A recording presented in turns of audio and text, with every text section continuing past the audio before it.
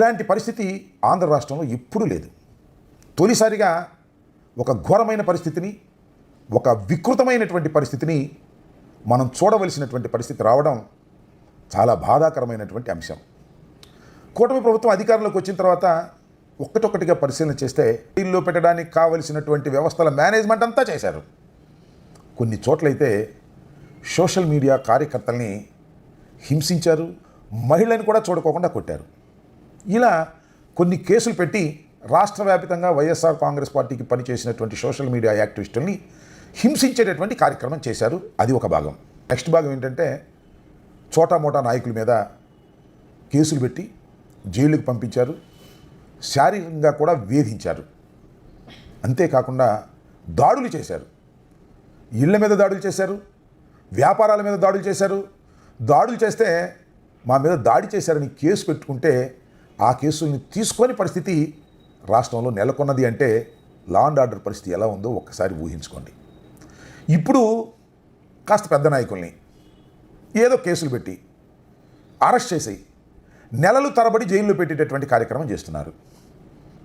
ఆ కార్యక్రమంలో వారి ఆరోగ్యాలు దెబ్బతిన్నా కూడా పట్టించుకోకుండా వ్యవస్థల్ని మేనేజ్ చేసి వాళ్ళ నెలల తరబడి 60 ఏళ్ళు 70 ఏళ్ళు దాటిన వాళ్ళను కూడా జైల్లో పెట్టి హెరాస్ చేసి ఇంకా మేము రాజకీయాల్లోకి రాము అని అనే విధంగా చేయాలనేటువంటి ఒక వ్యర్థ ప్రయత్నాన్ని వాళ్ళు చేస్తున్నారు.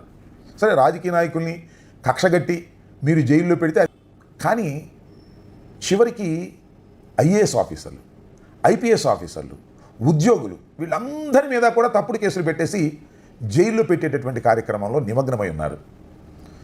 నిన్న మొన్న చూస్తే జర్నలిస్టుల మీద కూడా దాడులేదో మొదటి రోజుల్లో జరిగాయని అనుకున్నాం. అంటే దాడులు అంటే ఇళ్ల మీద దాడులు, వ్యాపార సంస్థల మీద దాడులు. ఇవాళ సాక్షి ఆఫీసుల మీద దాడులు జరుగుతూ ఉన్నాయి. ఇలా పలు చోట్ల సాక్షి మీడియా సంస్థల మీద దాడులు చేస్తున్నారు. ఈ విధంగా వరుసని హింసించేటటువంటి కార్యక్రమాలు చేస్తున్నారు. ఇవన్నీ చూస్తుంటే నాకు భయంగా ఉంది. ఎందుకు భయంగా ఉందంటే మమ్మల్ని ఏదో చేస్తారని కాదు. ఇలా మీరు అందరినీ చేసిన తర్వాత అందరూ కూడా కక్ష కట్టేస్తే, రేపు ప్రభుత్వం మారితే వీళ్ళందరూ మేము కంట్రోల్ చేస్తే కంట్రోల్ అవుతారా, అవ్వరా, తర్వాత వీళ్ళు ఏం చేస్తారు అనేటువంటి ఒక భయాందోళన నా గుండెల్లో ఉందని మనవి చేస్తున్నా. ఇప్పుడేదో జైల్లో పెడతారనో, ఇప్పుడేదో దాడులు చేస్తున్నారనో, ఇప్పుడేదో హింసిస్తున్నారనే భయం నాకు ఏ కోశానా లేదు. కానీ ప్రభుత్వం మారినప్పుడు, ఈ చంద్రబాబు నాయుడు గారు లోకేష్ ప్రభుత్వం కుప్ప కూలిపోయినప్పుడు, లోకేష్ నాయకత్వంలో జరిగినటువంటి ఈ అరాచకాలకు బలైపోయినటువంటి వేలాది మంది, లక్షలాది మంది కార్యకర్తలు కక్షగట్టి తిరగబడితే ఏం చేయగలుగుతాం? మేము ఆపగలుగుతామా, ఆపలేమా అనేటువంటి ఒక భయం నాకు కలుగుతూ ఉందని ఈ సందర్భంగా నేను చెప్పదలుచుకున్నాను. సాక్షి మీద దాడులేంటి, సాక్షిని తగలేయటం ఏంటి, పత్రికా స్వేచ్ఛకు భంగం కలిగించే విధంగా చేయటం ఏంటి? రేపు వైఎస్ఆర్ కాంగ్రెస్ పార్టీ అధికారంలోకి వస్తే మీరు కూడా అలా చేయండి అనేటువంటి మార్గాన్ని మీరు చూపుతున్నారా? నాకు బాధ కలిగించే అంశం ఏమిటంటే, సాక్షి మీద దాడులు చేస్తున్నప్పుడు దాన్ని ఆర్గనైజ్ చేస్తుంది ఎవరు? సాక్షాత్తు తెలుగుదేశం పార్టీకి చెందినటువంటి ఎమ్మెల్యేలు ఆర్గనైజ్ చేస్తున్నారు. కూటమికి చెందినటువంటి నాయకులే ఆర్గనైజ్ చేస్తున్నారు. ఏదో స్పాంటేనియస్గా స్పెర్ ఆఫ్ ది మూమెంట్లో వచ్చి వాళ్ళు దాడులు చేస్తే that is a different matter. కానీ వీళ్ళు అలా కాదు. మొత్తం అంతా గ్యాదర్ చేసి సాక్షి ఆఫీస్ మీద రాళ్ళు వేద్దాం, సాక్షి ఆఫీస్ మీద ఈ కోడిగుడ్లు వేద్దాం, సాక్షి ఆఫీస్ను ధ్వంసం చేద్దాం అని ఒక ఆర్గనైజ్డ్గా మీరు చేస్తున్నటువంటి తప్పిదాలు రాబోయే కాలంలో ఎంత ప్రమాదాన్ని సూచిస్తాయి అనేదే నా గుండెల్లో భయాన్ని కలిగిస్తున్నటువంటి అంశం. చంద్రబాబు నాయుడు గారు, లోకేష్కి దూరదృష్టి లేక ఈ పనులు చేస్తున్నారా అని అనుమానం కలుగుతూ ఉంది. దూరదృష్టి లేని దుర్మార్గపు పనులు ఇవాళ మీరు చేస్తున్నారు. రాబోయే కాలంలో ఇటువైపు నుంచి కూడా అలాంటి ప్రమాదాలు వచ్చేటటువంటి పరిస్థితిని మీరు క్రియేట్ చేస్తున్నారు.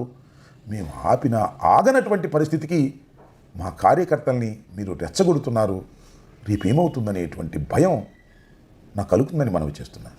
రేపు జరగబోయే పరిణామాలు ఎంత వికృతంగా ఉంటాయోననేటువంటి భయం.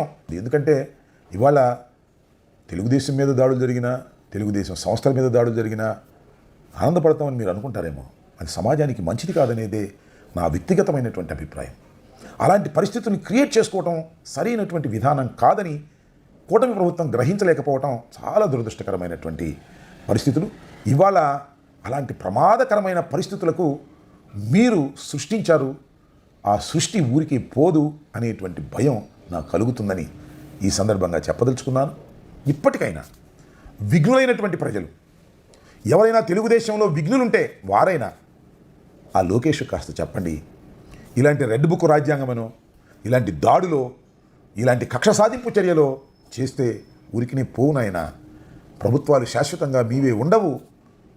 మళ్ళా ప్రభుత్వాలు వచ్చినప్పుడు వాళ్ళు కూడా అలా రియాక్ట్ అయ్యేటటువంటి ప్రమాదం ఉన్నది అని కాస్త చెబితే మంచిదని నేను భావిస్తున్నాను. అలా మీరు చెప్పకపోయినా, వారిలో మార్పు రాకపోయినా అది వాళ్ళ కర్మ, వారు అనుభవించక తప్పని పరిస్థితికి నెట్టబడుతున్నారనే విషయాన్ని వారు గ్రహిస్తే మంచిదని ఈ సందర్భంగా చెప్పదలుచుకున్నాను. హిట్ టీవీ యాప్, ఇందులో short news, live news, entertainment shows, movies, digital magazines తో పాటు మీ జిల్లా వార్తలను కూడా ఫ్రీగా చూడొచ్చు.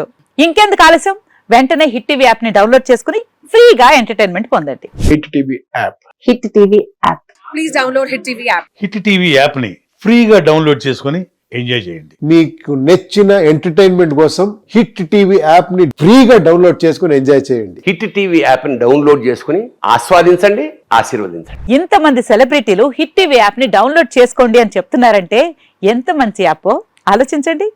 అమెరికా అమెరికా అమెరికా అమెరికాలో చదవాలనుకునే వాళ్ళకి విశ్వసనీయమైన పేరు మన శౌర్య కన్సల్టెన్సీ.